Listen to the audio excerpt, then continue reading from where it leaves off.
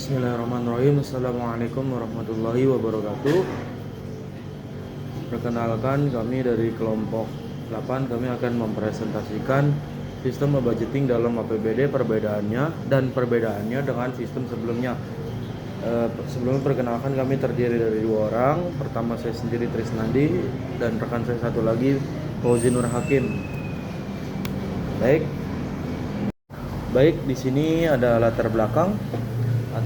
Sistem budgeting adalah sistem penyusunan anggaran berbasis teknologi informasi yang digunakan untuk memfasilitasi proses penganggaran daerah secara elektronik dan transparan. Sistem ini mulai diterapkan untuk mengatasi berbagai kelemahan dan sistem penyusunan anggaran serta mengatasi terjadinya tindak penyimpangan seperti korupsi, kolusi, dan nepotisme. Apa itu sistem budgeting? Budgeting adalah sistem penyusunan anggaran yang menggunakan aplikasi atau program komputer berbasis web. Untuk memfasilitasi proses penyusunan APBD atau APBN, sistem ini bertujuan membuat data keuangan yang lebih akurat, meningkatkan transparansi, dan meningkatkan akuntabilitas pemerintah daerah. Penerapan budgeting sesuai dengan peraturan pemerintah nomor 58 tahun 2005 yang menyatakan bahwa pengelolaan keuangan daerah harus dilakukan secara tertib, efisien, dan efektif. Contoh pemerintah yang menerapkan sistem budgeting yaitu pemerintah Kota Surabaya dan pemerintah Kabupaten Garut. Mekanisme kerja sistem budgeting APBD.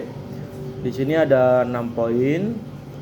Yang pertama, input data standar harga. Yang kedua, ada evaluasi dan persetujuan. Yang ketiga, ada pembahasan dengan DPRD. Yang keempat, itu penyusunan anggaran oleh OPD. Yang kelima itu integrasi dengan sistem lain. Yang keenam itu pengawasan dan transparansi.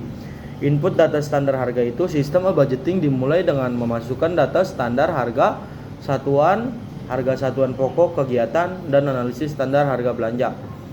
Nah, yang evaluasi dan persetujuan, tim anggaran pemerintah daerah melakukan evaluasi terhadap anggaran yang diajukan oleh OPD. Nah, yang selanjutnya itu pembahasan dengan DPRD, Raperda tentang APBD yang telah dimasukkan sistem dicetak untuk disampaikan oleh DPRD.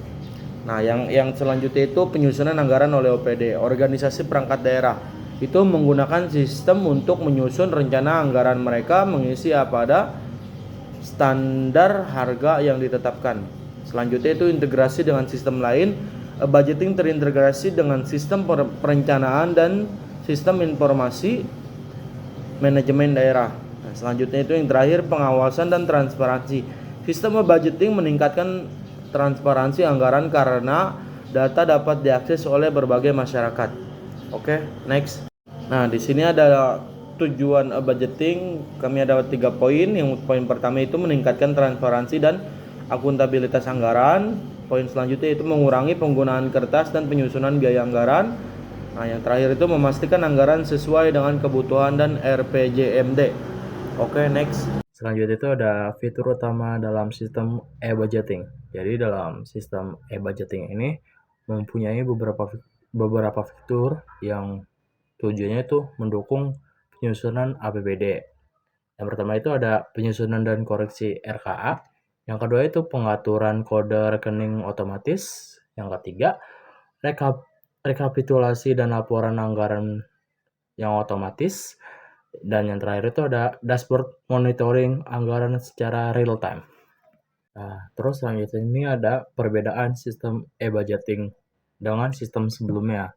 Jadi dalam sistem e-budgeting ini mempunyai perbedaan dengan sistem sebelumnya yang terdiri atas metode penyusunan anggaran, transparansi, proses verifikasi, dan monitoring anggaran. Jadi dalam sistem sebelumnya itu metode penyusunan anggarannya manual, dokumennya berupa fisik.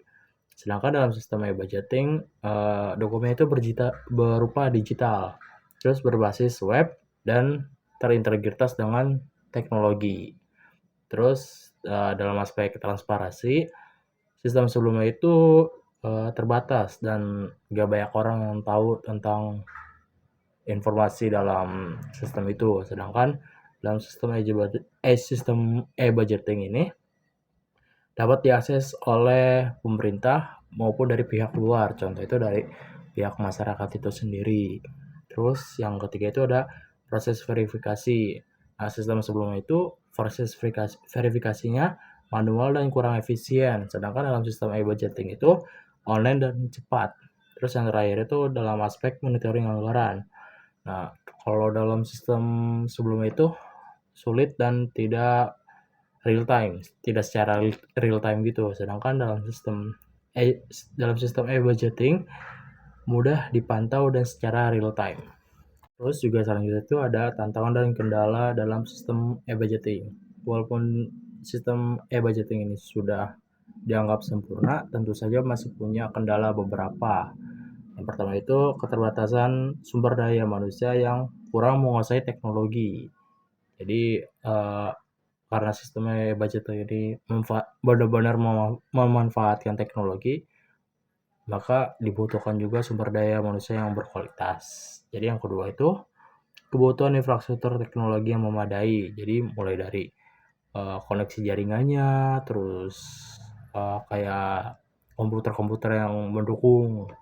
Terus yang ketiga itu perlunya pelatihan dan sosialisasi bagi pengguna sistem. Jadi pengguna sistem ini maksudnya itu adalah kita sendiri sebagai masyarakat. Kalau tidak diadakan pelatihan seperti itu, bagaimana kita sebagai masyarakat tahu cara menggunakan sistem tersebut dan bagaimana cara mengaksesnya. Jadi perlu ada pelatihan juga. Nah, selanjutnya itu ada manfaat dari sistem e-budgeting. Tadi kan kita bahas tentang kendalanya dan tantangannya. Tentu saja di balik tantangan dan kendalanya tentu punya manfaat dalam sistem e-budgeting karena sudah dianggap benar-benar sempurna gitu. Jadi yang pertama itu manfaatnya adalah meningkatkan akurasi dan kualitas data anggaran, mempercepat proses penyusunan dana APBD, mencegah tindakan korupsi, kolusi, dan nepotisme. Terus kita masuk ke kesimpulannya nih. Jadi kesimpulannya itu sistem e-budgeting merupakan sebuah perkembangan dari sistem manual atau konvensional. Dengan menggunakan sistem ini diharapkan pemerintah daerah dapat meningkatkan transparansi, akuntabilitas, dan terintegrasi dalam pengelolaan anggaran. Sehingga dengan menggunakan sistem e-budgeting ini, koordinasi antar perangkat daerah dapat berjalan dengan baik dan terstruktur. Terus, penggunaan sistem e-budgeting ini juga harus didukung oleh standar aplikasi yang seragam secara nasional, serta kesiapan antar infrastruktur dan sumber daya manusianya untuk hasil yang optimal dan tujuan birokrasi yang baik dalam pengelolaan keuangan daerah.